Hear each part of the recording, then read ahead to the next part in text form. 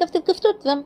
இன்றைய நற்செய்தி, கர்த்தரை கண்டவர்கள் சாட்சி கூறினார்கள். இந்த வாரத்திலிருந்து நம்ம பார்க்க போகிறது என்னன்னா, லூக்கா எழுதின சுவிசேஷம். அதில் முதல் அதிகாரத்தில் 4 வசனம் பார்த்தீங்கன்னா, இது எழுதின லூக்கா தெளிவாக சொல்கிறாங்க. நாங்கள் கண்ணார கண்டவர்கள் சொன்னதை தான் நாங்கள் எழுதியிருக்கோம். அதுவும் நாங்கள் நல்லா கேட்டு ஆராய்ந்து விசாரித்தது. இது எதுவும் கட்டுக்கதை கிடையாது.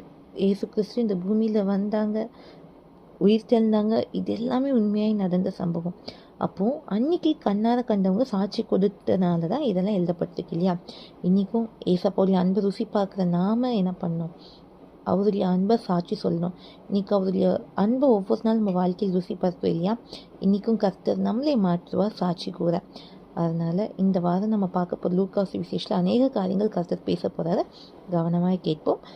அது கேட்கறது மாத்திரம் இல்லை, மற்றவங்களுக்கு ஏசப்பா குறித்து அறிவிப்போம். ஜெர்மன்லாமா எங்கள் அன்பு பரலோகப்பிதாவே, நாளுக்காக வேலைக்கு அனுப்பிப்பான். நீட்சியுள்ள தேவனையா, எங்களுக்காக ஏசப்பா அனுப்புனீங்க. இதை நாங்கள் விசுவாசிக்கிறோம். இது மற்றவங்களுக்கும் நாங்கள் அறிவிக்க எங்களுக்கு உதவி செய்யுங்க. ஏசு நாம் சிக்கன் பிதாவே, ஆமீன். உயிர்த்தெழுந்த இயேசு நம்மோடு இருக்கிறார். சந்தோஷமா இருங்க. இதுவே இந்த நற்செய்தி மட்டுமே முடிந்தாகட்டும். இயேசு கிறிஸ்து சீக்கிரம் வரப்போகிறார்.